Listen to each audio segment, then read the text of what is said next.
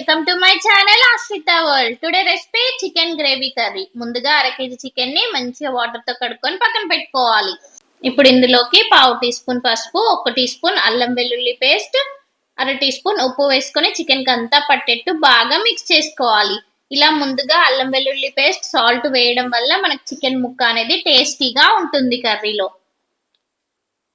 ఇలా కలుపుకున్న చికెన్ ని ఒక 1/2 అవర్ పక్కన పెట్టుకోవాలి.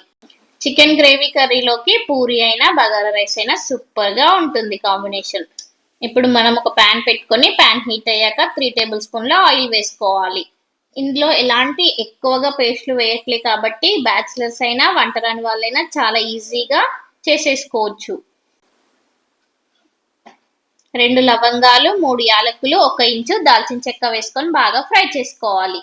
సన్నగా కట్ చేసుకొని పెట్టుకున్న 2 ఉల్లిపాయ ముక్కలు వేసుకొని గోల్డెన్ బ్రౌన్ కలర్ వచ్చేంత వరకు ఫ్రై చేసుకోవాలి. ఈ కర్రీలో ఆనియన్స్ ఎంత బాగా ఫ్రై అయితే కర్రీ టేస్ట్ అంత బాగుంటుంది. ఆనియన్ కొంచెం ఎక్కువ వేసుకోవడం వల్ల మన గ్రేవీ అనేది తిక్కుగా వస్తుంది. ఇలా చూసారు కదా, ఆనియన్ అంతా గోల్డెన్ బ్రౌన్ కలర్ అయ్యాక సన్నగా కట్ చేసుకొని పెట్టుకున్న 3 పచ్చిమిరపకాయ ముక్కలు వేసుకొని బాగా ఫ్రై చేసుకోవాలి. కర్రీ తొందరగా తక్కువ మసాలాలతో సూపర్ టేస్టీగా రావాలంటే ఒక్కసారి ఇలా ట్రై చేయండి. సూపర్ టేస్టీగా ఉంటుంది కర్రీ. ఇప్పుడు ఇందులోకి 1/2 టీ స్పూన్ అల్లం వెల్లుల్లి పేస్ట్ వేసుకొని పచ్చివాసన పోయేంత వరకు బాగా ఫ్రై చేసుకోవాలి. 1/2 టీ స్పూన్ పసుపు వేసుకోవాలి. ఒకసారి బాగా పసుపు పట్టేట్టు ఉల్లిగడ్డలకి మిక్స్ చేసుకోవాలి. సన్నగా కట్ చేసుకొని పెట్టుకున్న 2 టమాటో ముక్కలు ఇందులోకి యాడ్ చేసుకోవాలి. టమాటో ముక్కలు ఎంత సన్నగా కట్ చేసుకుంటే మనకు అంత తొందరగా ఫ్రై అవుతాయి. ఇలా టమాటో ముక్కలు వేయడం వల్ల మనకి కర్రీలో గ్రేవీ అనేది చిక్కగా వస్తుంది. మనం ఇందులో ఎలాంటి పేస్ట్లు యూజ్ చేయట్లే కాబట్టి కొంచెం ఆనియన్ టమాటో వేసుకుంటే కర్రీ అనేది గ్రేవీగా వస్తుంది. ఈ కర్రీని ఎవరైనా చాలా ఇష్టంగా తింటారు. సింపుల్గా తొందరగా అయిపోతుంది ప్రాసెస్ అనేది. ఒకసారి మీరు కూడా ట్రై చేయండి. ఎలా వచ్చిందో కామెంట్ చేయండి. కొంచెం సాల్ట్ వేసుకొని టమాటో బాగా మగ్గాక ఇందులోకి మనం ముందుగా ప్రిపేర్ చేసుకొని పెట్టుకున్న చికెన్ని వేసుకోవాలి. చికెన్కి ఒక్కసారి ఈ టమాటో ఆనియన్ అంతా పట్టేట్టు బాగా మిక్స్ చేసుకోవాలి.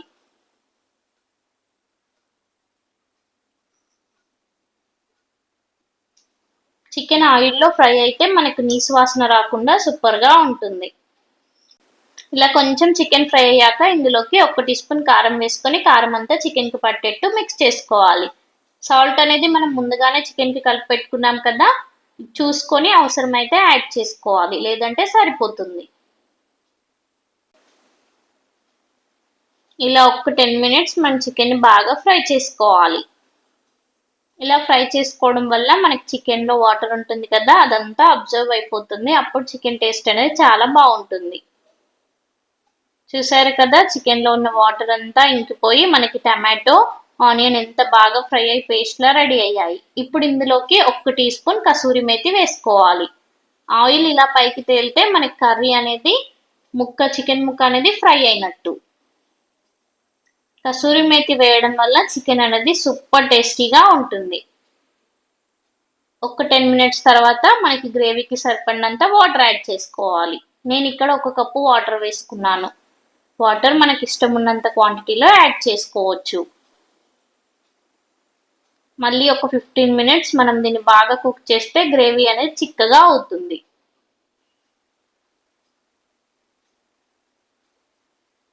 చూసారు కదా, 10 మినిట్స్ తర్వాత మనకి గ్రేవీ అనేది రెడీ అయింది.